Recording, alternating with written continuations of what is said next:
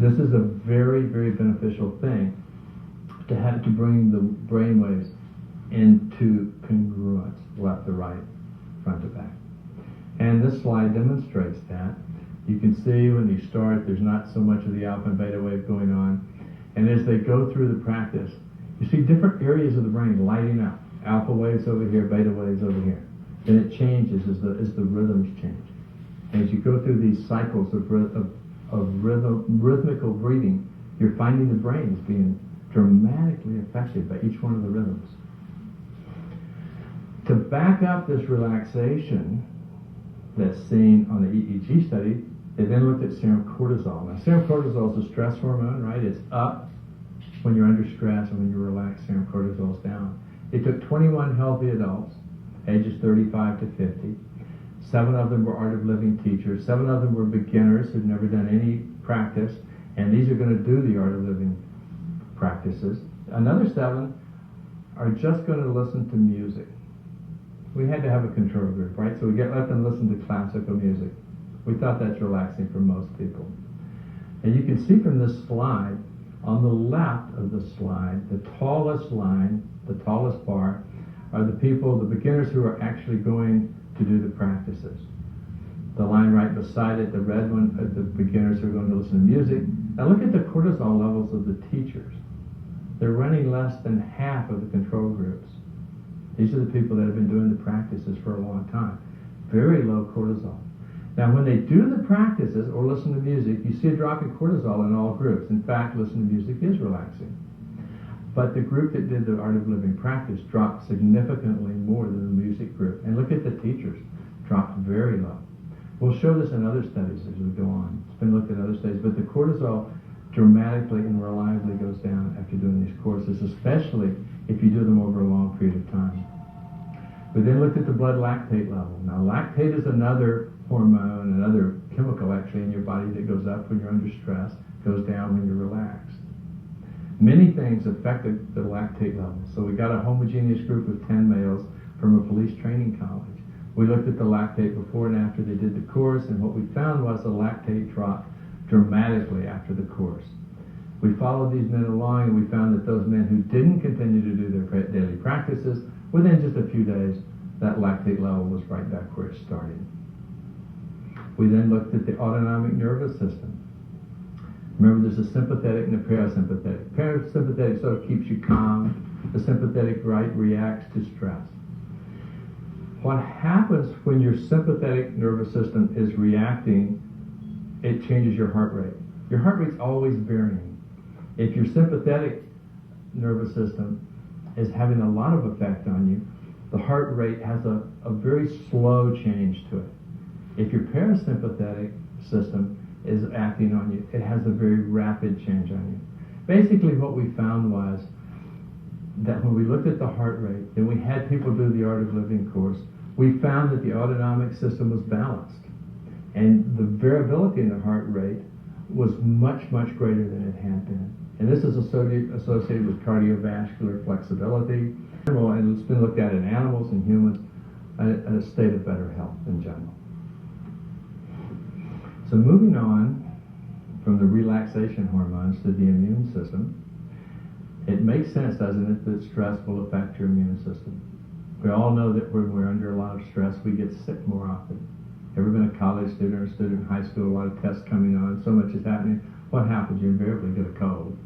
How often do you get sick when you're really feeling really well and under no stress? Not very often. So what we did is we looked at the immune system. We took 3 groups of people, our friends, the Art of Living teachers again. We took normal controls, and we took 16 patients that had had cancer and had been treated for it and were in remission. We looked at all their B-cell subsets, and we looked at their natural killer cells. Now, natural killer cells are cells in our body that are circulating and they're fighting infection. They find precancerous cells, cancerous cells, they destroy them. So in general, you want to have a lot of natural killer cells. We also looked at the total number of T cells. In general, the higher the better, up to a point anyway. And then we looked at the helper cells, suppressor cells. We looked at the natural killer cells, and what we found was they were much higher in the Art of Living teachers than they were in the cancer patients or the healthy controls. Now, the cancer patients had a decreased number of T cells in general and a decreased number of helper cells. This is primarily a reflection of the treatment that they'd all had. But it's pretty interesting that the Art of Living teachers had so many more natural killer cells. We then looked at the 16 patients who had cancer, and what we found was, after having them do the daily practice for 6 months, that though they started out with a decreased number of natural killer cells, T cells, and helper cells, by the end of 6 months, all of these cells had come to the normal level, and in fact, they were higher than the control group. Not statistically significant at that point, but it would be fascinating to study this group of people over a longer period of time. It'd be really interesting to know if there's real clinical significance to these findings. How many people in here take vitamin C? Vitamin E, beta-carotene, selenium, zinc, lots of things, right? These are all antioxidants, right? They're all to destroy these oxygen-free radicals that are floating through our body, giving us disease, or at least adding to it, and aging us a little bit. So then we looked at oxygen-free radicals. It's pretty simple to look at the enzymes that destroy oxygen-free radicals. Every cell in our body has 3 enzyme systems that destroy oxygen-free radicals. There's glutathione, superoxide dismutase, and catalase. So what we did is we took a group of people and we had them do the practice. We drew their blood before, 10 minutes after that, 10 minutes, and 10 minutes later. So basically we drew 4 blood samples. The findings were at 45 minutes, now this is just shortly after the practices, our old friend serum lactate was down, as we'd seen in the police officers, and these enzyme systems were beginning to rise. 10 minutes later, we found that the most important 2, glutathione and superoxide dismutase, were even higher. 10 minutes after that, we found that they were still rising. Now we've actually taken this study out for days, and what we find is these levels are up for over 24 hours. If you continue your daily practice, these enzyme levels stay up. It's much more effective to do this practice than it is to take your antioxidants.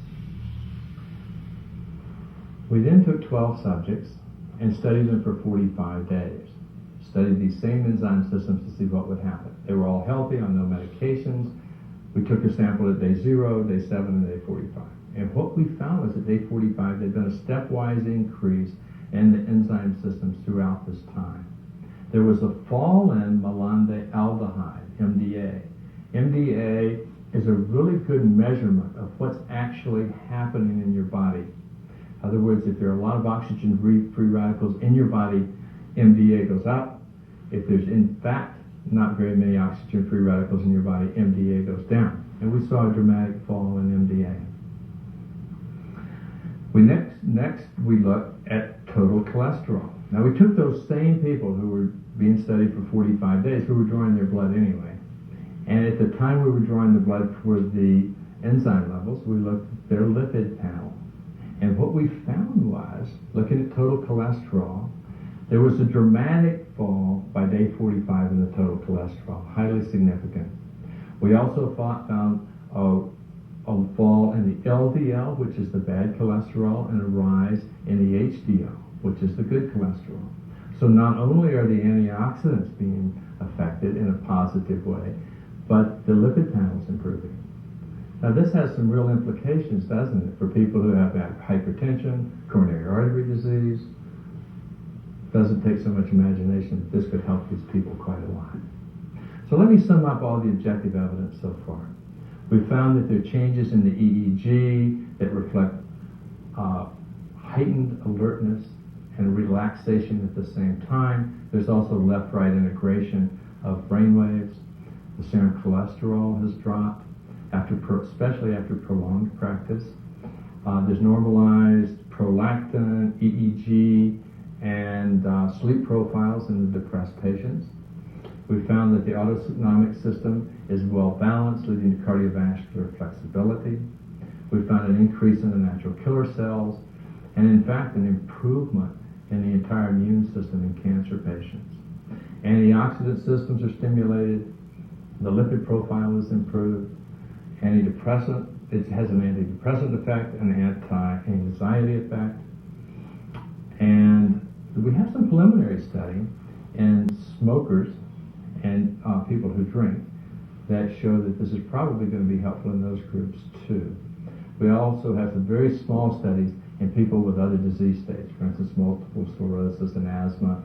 They're quite encouraging, but we'll wait and see till we've got some better studies. So I hope I've shown you clearly today that stress is not a healthy thing to have, and that the Art of Living Foundation course is a very effective remedy